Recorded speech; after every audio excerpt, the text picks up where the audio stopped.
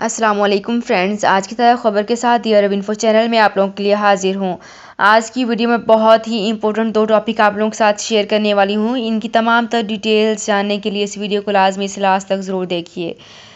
तो फ्रेंड्स, करते हैं अपनी आज की वीडियो को स्टार्ट। सबसे पहले मैं आपको बताती चलूँ कि कंसल्टेंसी सेक्टर केस ऑर्गेनाइजेशन अफसर पर नए नंबर का इंदराज और सऊदी रोजगार के हवाले से बहुत ही इंपॉर्टेंट पॉइंट्स शेयर करने वाली हूँ।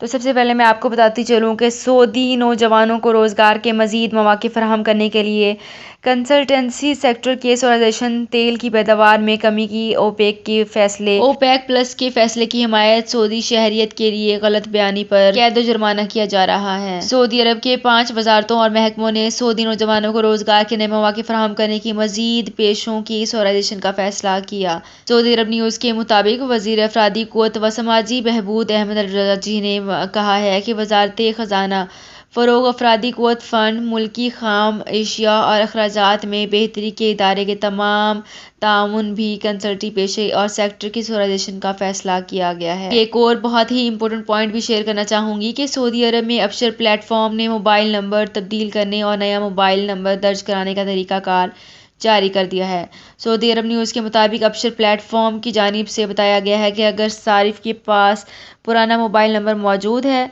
और वो इसकी मदद से अपने अकाउंट तक रसाई हासिल कर सकता है, तो ऐसी सूरत में पुराने नंबर से अबशर पर इंदराज कराया जाए, फिर मालूमात अल-मुस्तफ़िद करके इसके ऑप्शन में इंतखाब किया जाए।